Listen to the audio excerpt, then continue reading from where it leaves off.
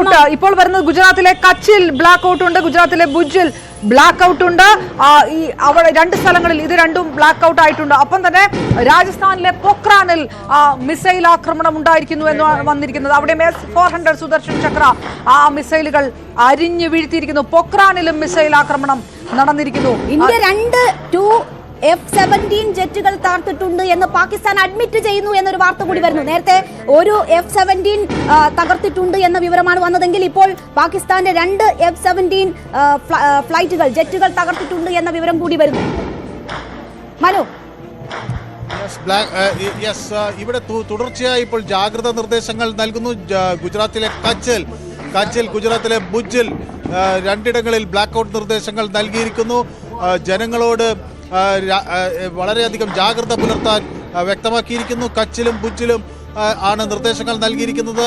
പൊഖാറൻ കേന്ദ്രമായ ഒരു മിസൈൽ ആക്രമണം ഉണ്ടായിരിക്കുന്നു. പൊഖാറൻ കേന്ദ്രമായ മിസൈൽ ആക്രമണം ചക്ര ഡിഫൻസ് സിസ്റ്റം തകർത്തിരിക്കുന്നു എന്നാണ് വ്യക്തമാകുന്നത്. S-400 സുദർശന ചക്ര ഡിഫൻസ് സിസ്റ്റം അത് തകർത്തിരിക്കുന്നു. പൊഖ്രാൻ കേന്ദ്രമാക്കി നടന്ന ആക്രമണം ശക്തമായി നേരിട്ടിരിക്കുന്നു.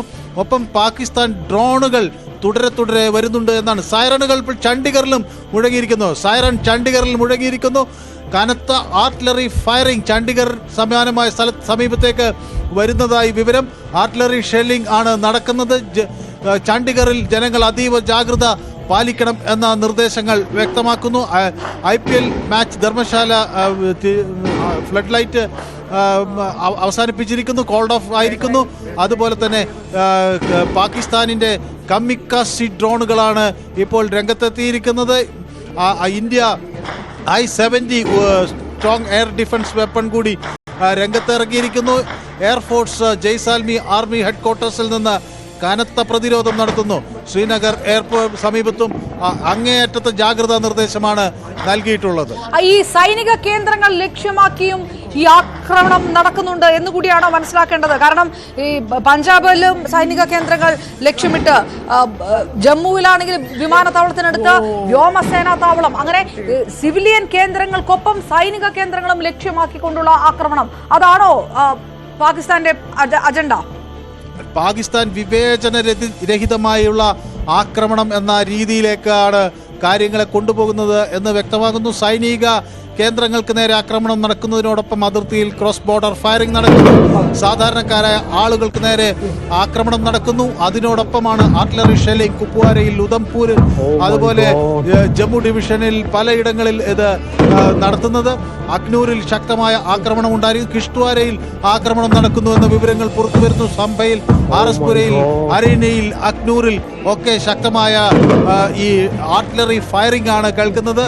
അതേസമയം മിസൈൽ ആക്രമണങ്ങൾ നടത്തുന്നു. F-16 fighter ജെറ്റിനെ വിന്യസിച്ചിരിക്കുന്നു. ഇതെല്ലാം തരിപ്പണമാക്കാൻ ഇന്ത്യൻ സേന പ്രവർത്തനങ്ങൾ നടത്തിയിട്ടുള്ളത്. മിക്ക പ്രദേശങ്ങളും പൂർണ്ണമായും ബ്ലാക്ക് ഔട്ടിലേക്ക് പോകുന്ന ഒരു സാഹചര്യം ഉടലെടുത്തിരിക്കുന്നു. അത്രമാത്രം ടെൻഷൻ അതിർത്തിയിൽ ഇപ്പോൾ നിലനിൽക്കുന്നു എന്ന് വേണം പറയാൻ. പാകിസ്ഥാന്റെ എല്ലാ പ്രകോപനങ്ങൾക്കും കൃത്യമായ മറുപടി ഇന്ത്യ നൽകിക്കൊണ്ടിരിക്കുന്നു. ബ്ലാക്ക് ഔട്ട് ഫിറോസ്പൂരിൽ ബ്ലാക്ക് ഔട്ട് പ്രഖ്യാപിച്ചിരിക്കുന്നു. IPL മത്സരം വേണ്ട എന്ന് വെച്ചിരിക്കുന്നു. ജമ്മു ആൻഡ് കാശ്മീരിലെ സാംബയിൽ പൂർണ്ണമായും ബ്ലാക്ക് ഔട്ടിലേക്ക് നീങ്ങുന്നു. മിഥുൻ കൂടി നമുക്കൊപ്പം വിവരങ്ങളുമായി ചേരുകയാണ്. മിഥുൻ, അതിർത്തിയിൽ ഗുജറാത്ത് മുതൽ അങ്ങോട്ട് എല്ലായിടത്തും ടെൻഷൻ നിലനിൽക്കുന്നു എന്ന് വേണം ഈ ഘട്ടത്തിൽ മനസ്സിലാക്കാൻ. ജനവാസ കേന്ദ്രങ്ങളെ ലക്ഷ്യമിട്ട് പാകിസ്ഥാൻ ആക്രമണം കടുപ്പിക്കുന്നു എന്നതാണോ ഈ നിമിഷങ്ങളിൽ നമുക്ക് മനസ്സിലാക്കാൻ കഴിയുന്നത്?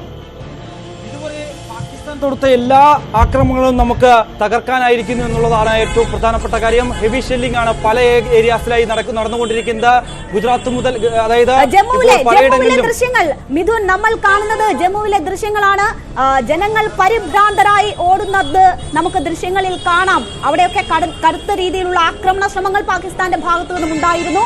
അതിനെ ചെറുക്കാനും ഇന്ത്യക്കായിരിക്കുന്നു. പക്ഷേ ആളുകൾ പരിഭ്രാന്തരായി പോകുന്നതിന്റെ ദൃശ്യങ്ങളാണ്. പുതിയ വാർത്ത വരുന്നത്, നേരത്തെ നമുക്കറിയാം S-400 സുദർശൻ ചക്ര ഉപയോഗിച്ചിട്ടാണ് നേരത്തെ ലാഹോറിലടക്കം വ്യോമ പ്രതിരോധ സംവിധാനം ഇന്ത്യ തകർത്തതെങ്കിൽ ഇത്തവണ multiple air defence system India activate ആക്കിയിരിക്കുന്നു. അതിൽ S-400 സുദർശൻ ചക്ര ഉണ്ട്, L-70 ഉണ്ട്, Su-23, ഷിൽക്ക, അങ്ങനെ എല്ലാ ഡിഫൻസ് സിസ്റ്റങ്ങളെ, എയർ ഡിഫൻസ് സിസ്റ്റങ്ങളെ സുസജ്ജമാക്കിയിരിക്കുന്നു. അതായത് നേരത്തെ പകലുണ്ടായതിനപ്പുറത്തേക്ക് ഇന്നലെ രാത്രി ഉണ്ടായതിനപ്പുറത്തേക്കുള്ള വലിയ ആക്രമണ ശ്രമം ഇന്ത്യ മുൻകൂട്ടി കാണുന്നുണ്ട്. അത് തടയാനുള്ള നീക്കങ്ങൾ ഡിഫൻസ് സിസ്റ്റം സജ്ജമാക്കുകയും ചെയ്തിരിക്കുന്നു. മിഥുൻ, വിവരങ്ങൾ കൂടുതൽ. അപർണ, പ്രത്യാക്രമണത്തിന് ഇന്ത്യ തയ്യാറെടുത്തിരിക്കുന്നു എന്നുള്ളത് തന്നെയാണ്. യുദ്ധവിമാനങ്ങൾ പറന്നു വരുന്നതായിട്ടുള്ള വിവരങ്ങൾ ഈ ഒരു ഘട്ടത്തിൽ പുറത്തു വരികയും ചെയ്യുന്നുണ്ട്. അതായത് തിരിച്ചടിക്കാൻ ഇന്ത്യൻ വിമാനങ്ങൾ